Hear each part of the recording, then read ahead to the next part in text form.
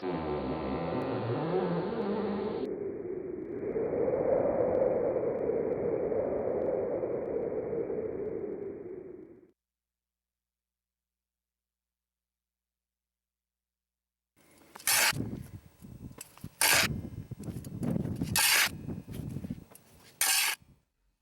we entered Afghanistan in the spring of 2004 and saw this young boy trying to earn a bit of money, I thought to myself, some things never change.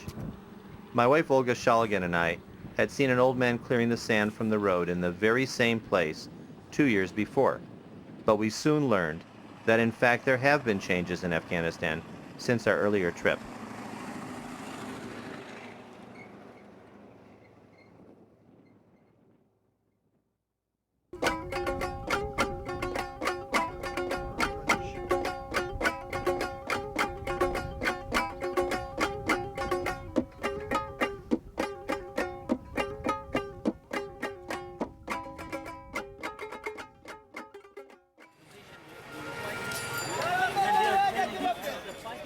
Our first stop was in the north, Mazar-I-Sharif, one of the country's largest cities.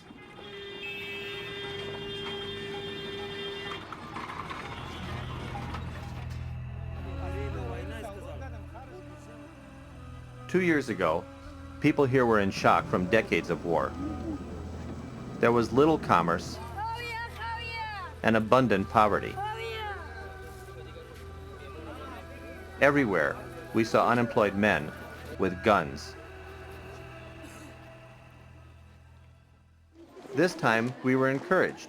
People were exceedingly friendly. Traffic officers now carry some clout. For the first time, we saw law and order on the streets. There is still poverty, but many Afghans have money, and there are places to spend it. Stores sell entertainment that the Taliban had outlawed only a few years ago. Afghans are finally getting the tools of technology to connect the people here to each other and to the outside world. Cars and motorbikes are replacing donkeys and camels.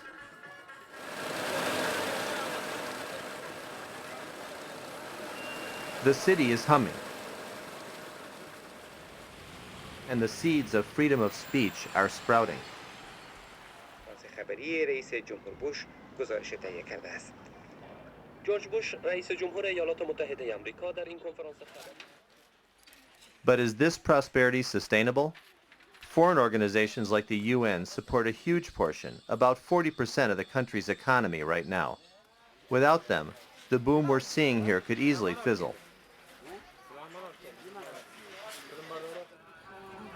Not much has changed for women. Olga and I were stunned to see that almost all of them still wear the burqa. But there are hints of change here, too.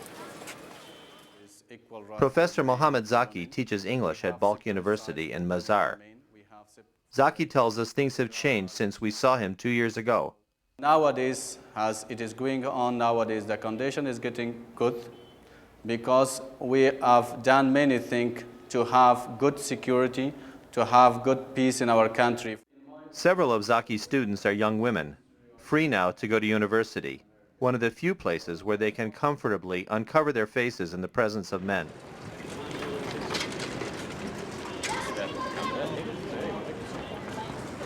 But as they leave the school, the burqa goes back on, offering them some necessary protection even in this city that bustles with progress, optimism, and a sense of stability.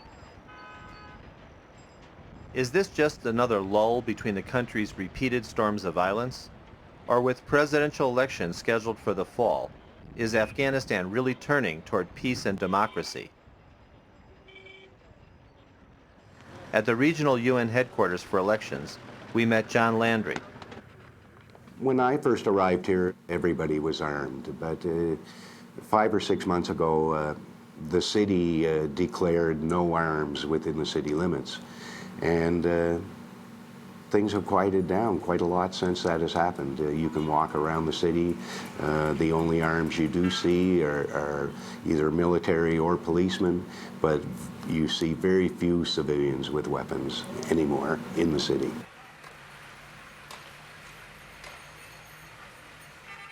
The impending elections are a source of both hope and tension in Afghanistan. We weren't sure if this country, so wounded by war, could be healed by a bit of democracy. But in cities like Mazar-I-Sharif, men are lining up to register, and they are proud of their voting cards. What do you hope the president will accomplish? یک رئیس جمهور باید کارهای اولی که انجام بده مردم از فقر و گرسنگی خلاص کنه. دوم صلح و آرامش به وطن بیاره. سوم مردمی که رنج دیده و ستم دیده هستن اشکای او را خوش کنه. اشکای او را خوش.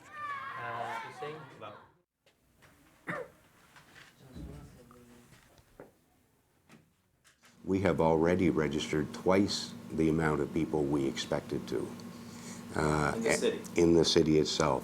And this is because the number of people living in Mazar is far greater than official figures show.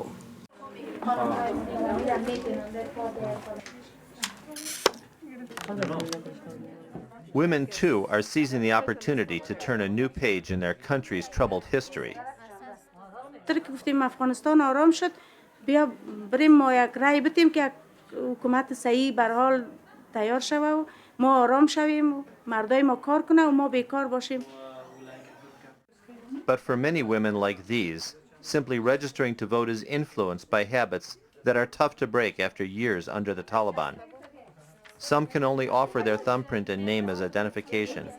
Their husbands won't allow them to have their picture taken. And they have mixed feelings about the new constitution giving women equal rights. The younger women are more optimistic. من بسیار احساس خوب میکنم به خاطر که حقوق زن و مرد مساوی شده. ما میتونیم که کار کنیم آزادانه خدمت کنیم به مردم خود.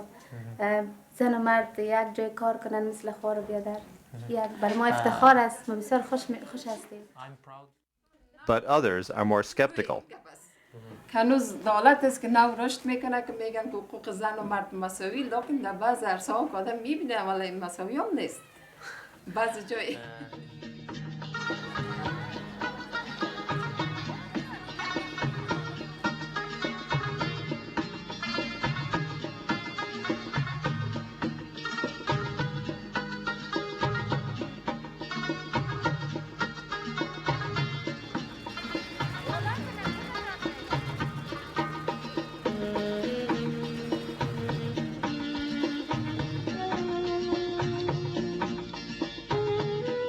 But as Afghanistan takes these slow steps toward the future, much also remains the same.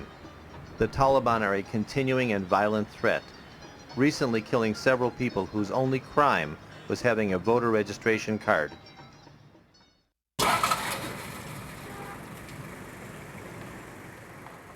We questioned whether the progress we'd seen in Mazar was typical, so we left for Saki, a refugee camp a short distance away, hoping to ask some of the people we'd met there 2 years before. Moving out of the city, we recognized once again what a land of contrast Afghanistan is. The more modern lifestyle developing in Mazar vanished as we left the city. We found Saki camp abandoned.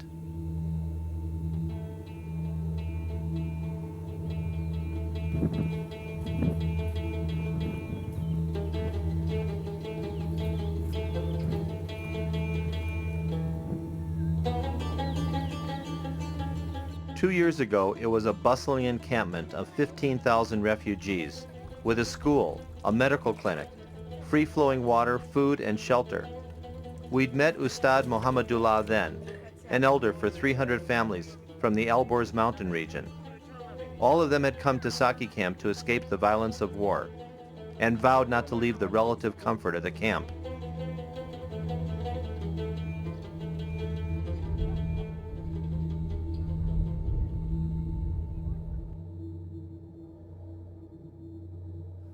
But now, they were all gone. We wanted to find these people again, so we left for the Alborz Mountains. It's a half-day drive through rural areas where life may not have changed much in centuries. This is the way an estimated 80% of Afghanistan's people live. We showed the shepherd a picture we'd taken of Ustad Mohammadullah 2 years before. He didn't know him, but he wanted us to know that his life as a shepherd is hardly pastoral.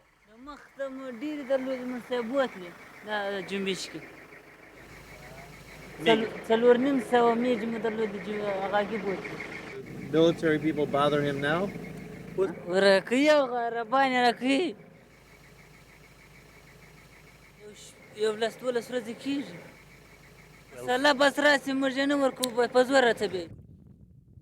It was the kind of story we heard over and over again while searching for Mohammadullah. At the next village, where visitors are extremely rare, these men gathered around us. One of them recognized Mohammadullah from the photos and said he lives nearby. But word soon reached the elder that foreigners were looking for him, and he came walking down the road. This man. Yes. Jor bakhir saad man khair. Yere shnakhti. Yak dafa da kam sakhi pesh tamada u taksir gafta bud. 2 years ago, we talked to him and he was at Saki camp. Mega 2 sal pesh mamrad gab zadim ke da sakhi camp budi. Does he remember it all? Yes. He had schools, running water, medical clinics. Does he have these services here? Mega da. ما متوقعیم اول خانه آرامی است. Security first issue. آرامی است. دوی ما مردم ملک ما یک ملک چول است. آب آشامده نداریم. The second time we're in a بازار ما دور است. کلینیک نداریم. مکتب نداریم. از هر ایناست ما مردم هم تو نامید است. محروم هستیم. Why, if it was better at Saki camp, why did you leave Saki camp? مجبور اومدیم دولت اومد ما را. ملل متحد اومد بازور اومدیم مگنی بریزون نیم اومدیم. عزیز بسیار زندگی موجود بهتر بود. I want to thank you. تشکر بسیار زیاد. چای بخوریم. چای. Let's have a tea here. چای بخوریم. چای بیارم.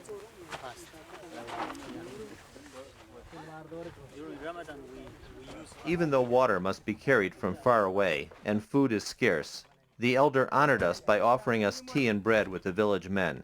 He talked more about the heavily armed militia who roamed the area.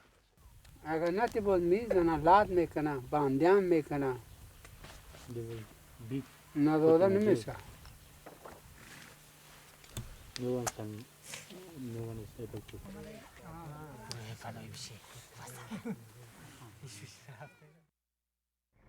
Nearby, a man suddenly stopped our car.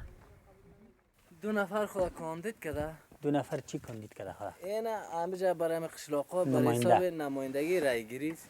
در رای گیری رای از این مردکی دیگه زیاد برآمده. او دیگه گفته که اگر زیاد هم برآمده بگن او کمش با کمی برای تفنگ مینازه. تفنگ داره، تفنگ سالار است.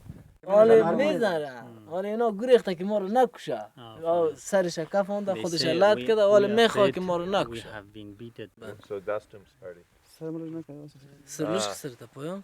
It happened simply because they voted the wrong way.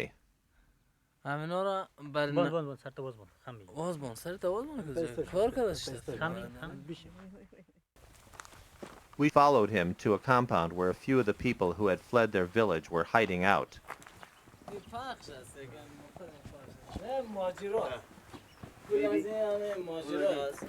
اینام از جمله ماجراست. همون زنایی که لط خورده که بله آنها مناس لط خوردن. برار ما کشته برار دارم کشته من and the others بیرست بازار است پیش شفاخانه. فقط تو کتی شو. تو آلگار نشدن دست من زیر پای. جالو کماندن. They hated just to be punished. همه تا که سالا جمع نشه در البرز آرامی نمیشه بکن. این حالات البرز هست نمیتونه بله دیگه کدام گپ دیگه نیست. هر کسی که یک تفنگ داره خود از اون یک حکومت است. در اینجا حکومت هنوز هم وجود نداره. Inside a hut, this man, Baz Muhammad, seemed unlikely to survive. Does he hear anything? Is he in a coma? گپ زده میتونه میگه. He cannot reply, he cannot speak.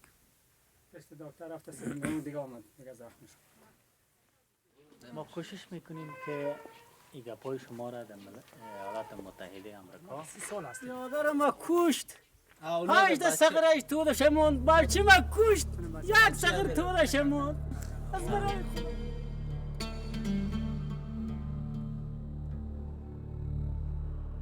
It was getting late and our driver suggested we leave El Borz before dark, since that's when the militia come out. Olga and I wondered whether voting would mean anything to these people as long as their votes are not secret and the power of the gun still prevails over the power of the vote.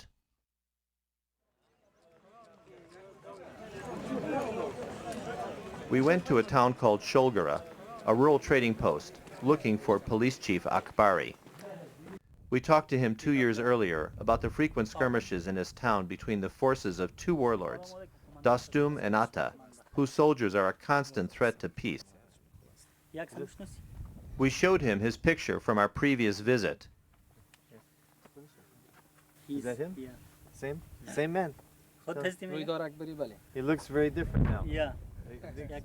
And asked him about the danger to the villagers caught in the violence between feuding militias. اینا تعداد از اینا خیلی زیاد است، گروپ های پراکنده و غیر منظم است که از نام دوستم به نام قلوردو و هوادار جمعیت و جنبش از نام از اونا استفاده کرده برای تصاحب قدرت، برای گرفتن یک قریه دو قریه، به نام از اینکه دایکه بگی گوسفند بگی، خیلی مورد جنگ های از اینا سر از امی منافع مادی صورت میگیره.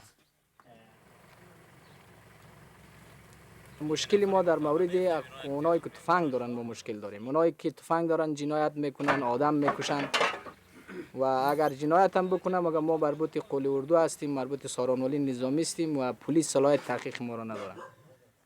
ما در قسمت خلی صلاح از اینا خب مجامع جهانی ما نظر ما این است که یک راه روشی را پیدا بکنه. اگر از طریق نظامیگری دست به اقدام بزنه ما فکر میکنیم که تشنج شاید زیاد شود در سطح افغانستان. I thank you. تشکر. تشکر از شما که اینجا تشریف آوردین از این مردمی.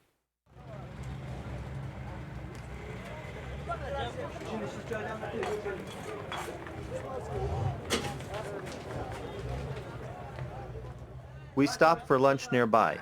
Mohammed Alam's family has owned this small cafe in Sholgara for 40 years.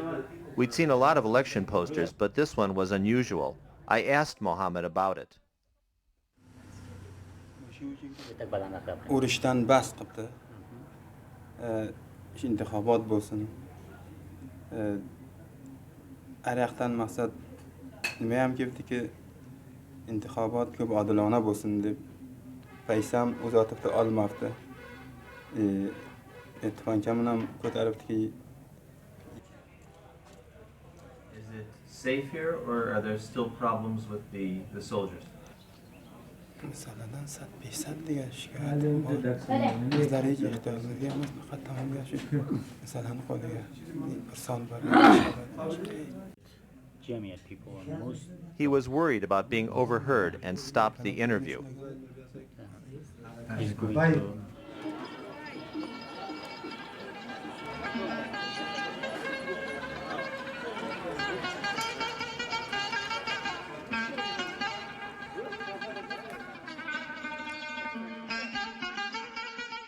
To understand how the warlords can strike such fear in the countryside, we went to one of the compounds belonging to General Atta, a Tajik warlord and the most powerful man in Mazar-I-Sharif. In 2002, Atta wore military fatigues. Now he wears a business suit. General Atta, you have much experience and are well respected in this country. What role would you like to have in the next government? و افسر نظامی هم نبودیم. یه رشته و مسلک انتخاب هم نکرده بودیم. حالی ما رسالت ما ختم شده. افغانستان از شوروی از خطر تهدید کمونیسم نجات دادیم. افغانستان از خطر تهدید تروریسم نجات دادیم. حالا می‌خوایم که حکومت باثبات داشته باشیم و ما تغییر مسلک بدیم. برای کارهای ملکی فرهنگی و سیاسی. حال ما نیازمند به هستیم که صلاح دیپور شد. There is a government disarmament program, but so far, fewer than 1/5 of the soldiers have turned in their weapons. So let me see if I understand. If the U.S. government gave the money so that all the soldiers could give their weapons and build roads, then they would be ready to do that?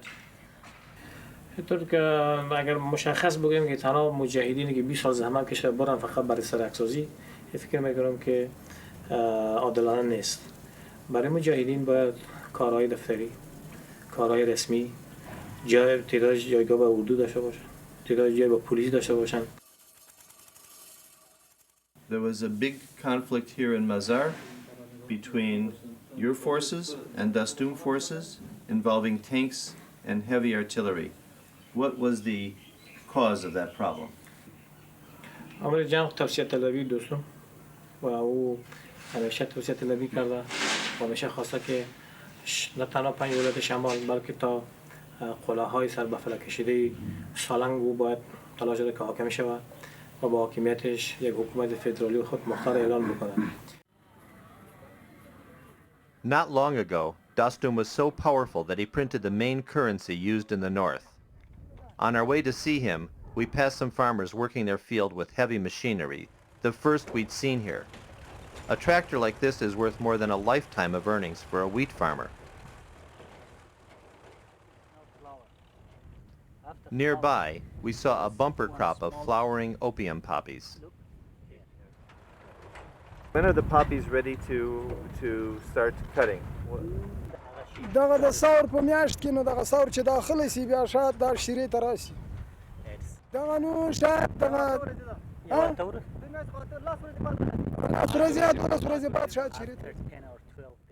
Olga and I had heard that the warlords and their commanders take an estimated 40% of the income from opium production. For them, business is booming, and the fragile stability we've seen here depends largely on that business continuing to thrive. At Dastum's lavish and sprawling headquarters, we asked to speak with the general, but Syed Nourullah, Dastum's number 2 man, came instead, his business suit conveying the message that Dastum's Junbish organization is also trying to change its image. I asked why his militia refused to disarm. اکنون در ولایت‌های جنوب افغانستان بالفعل طالب و القاعده موجود است.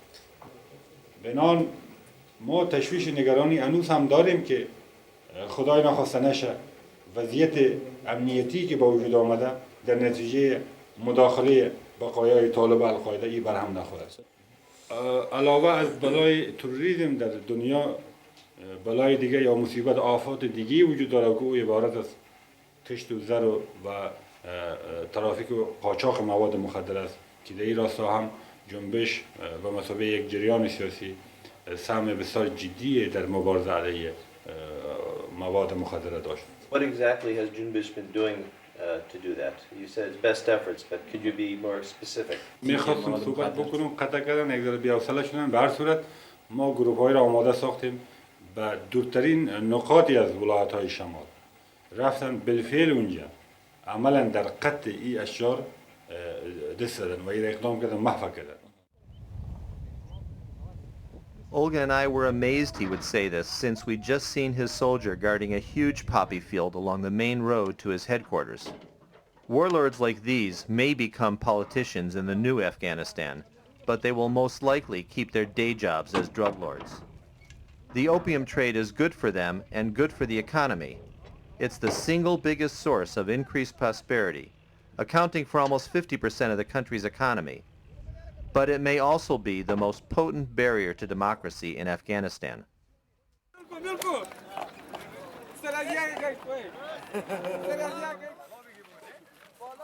Even in the local markets, every agreement is a struggle. And it's not much different for the country's leaders. While the deal makers, the warlords and the politicians, negotiate the future of the country, the people's interests are much more basic. فضا نارام باشه، صلح باشه، جنگ باشه، اولاد خدا تربیت کردن نمیتونن، درس خوانده نمیتونن. فقط این احساس ما همیست که باید صلح همیشه باشه، جنگ نباشه، صلح به کلی جمع شود. فقط آرزوی من در آینده افغانستان فقط یک صلح آرامی.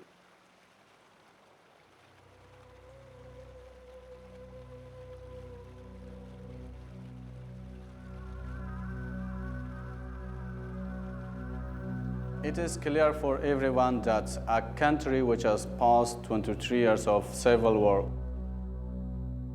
It's not very easy to have peace in a very short time. It needs much time to do step by step and to bring peace in our country. The story of Afghanistan's struggle to build a peaceful country is really two stories. The one about the warlords, the drug trade, and the violence is disheartening. The other one about the people and their determination for peace is hopeful. Both stories of these war-weary people are true.